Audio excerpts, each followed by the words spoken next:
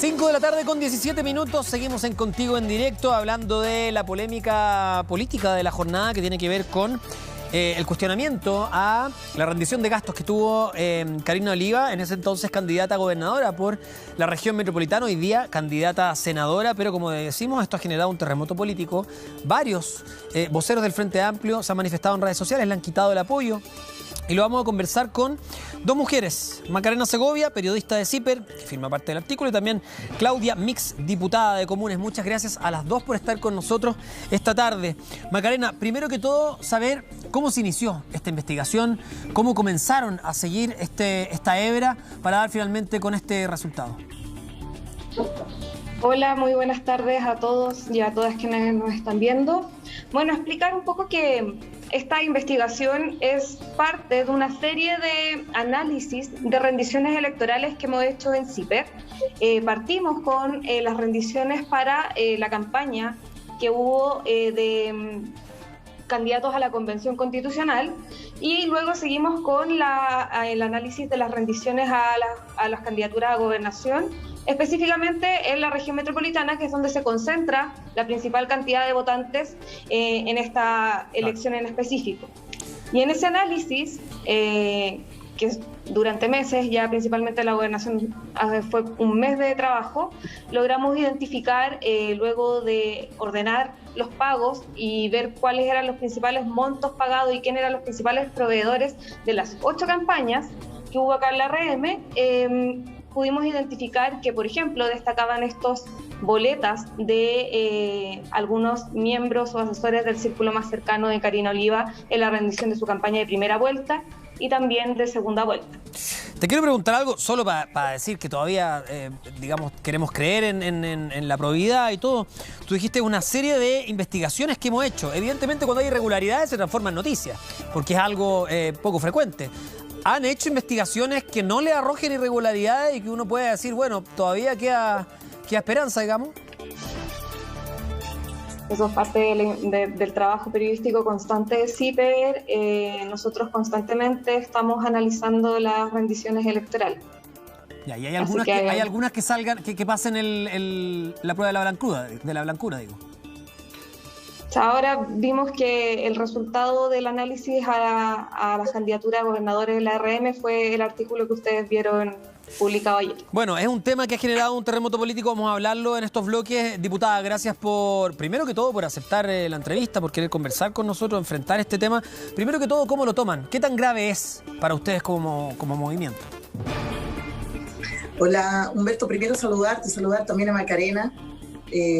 Gracias por la invitación. La verdad que este es un tema que a nosotros nos parece gravísimo. No cabe duda que este tipo de formas, de práctica, es por la que hemos luchado por tantos años para sacar de la política. Obviamente nos preocupa muchísimo y por esa misma razón es que junto a la diputada Camila Rojas ingresamos una denuncia al Tribunal Supremo del partido. Ellos hoy día nos han notificado que se ha declarado admisible nuestra denuncia y estamos a la espera, ¿verdad?, que seamos convocadas para entregar los antecedentes que tengamos. Ahora, esa denuncia hoy día, como resolución más rápida, congela la militancia de los 7 involucrados en esta investigación. Eso en términos generales, digamos, respecto a las acciones que nosotras hemos empezado a realizar. ¿Y respecto obviamente, a la candidata? Esto nos da una pena, obviamente, somos parte de un proyecto, de un partido político y obviamente quisimos hacer las gestiones que correspondían internamente. Sí, usted me dice congela la participación de los 7 asesores y en el caso de la candidata, ¿cuál es su visión al respecto?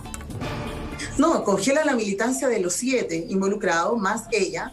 Estamos hablando de las 8 personas que quedan con la militancia congelada. ¿Qué significa eso? Significa que no pueden participar en la instancia de decisión colectiva del partido. Nosotras estamos todas y todos convocados para el martes 23 a un Consejo General donde se van a tomar decisiones en conjunto para ver cómo avanzamos. Es importante decir, yo lo quiero decir acá también, que nosotros en el mes de julio de este año, en un consejo también general, del cual nosotros somos parte, todos los representantes populares, sean concejales, alcaldes y diputados, somos parte del Consejo General, y planteé allí un montón de observaciones respecto de cómo se habían llevado hasta ahora las elecciones, las decisiones electorales, políticas, administrativas, financieras del partido. Y en esa misma instancia manifesté allí con toda responsabilidad la solicitud de que renunciara el presidente del partido junto a la tesorera.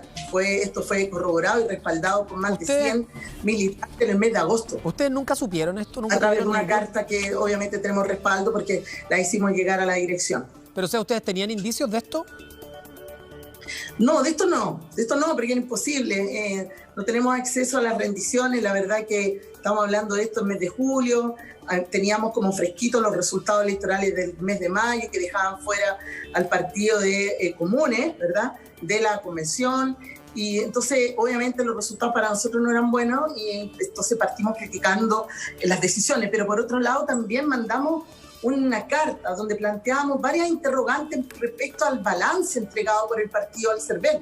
Eso es muy importante porque tiene que ver con platas que no estaban rendidas, respaldadas, y entonces nosotros también en 2 correos distintos, de hecho forzamos un consejo general donde expusimos al resto de la militancia, estamos hablando a fines de septiembre más o menos, expusimos nosotros todas las observaciones que teníamos respecto a la conducción e insistíamos nuevamente también en la necesidad no solo de llamar a elecciones que no estaban convocadas, elecciones que se tenían que haber realizado hace rato, y que nos parecía que faltaban antecedentes de respaldo, los balances que habían sido rechazados, sí, de hecho por el CERVEL. Perdí el debate interno en esa oportunidad y bueno, después se vinieron las campañas, las elecciones y hasta ahora, bueno, esto explota, nos parece grave, se suma a todas las observaciones que habíamos hecho anteriormente.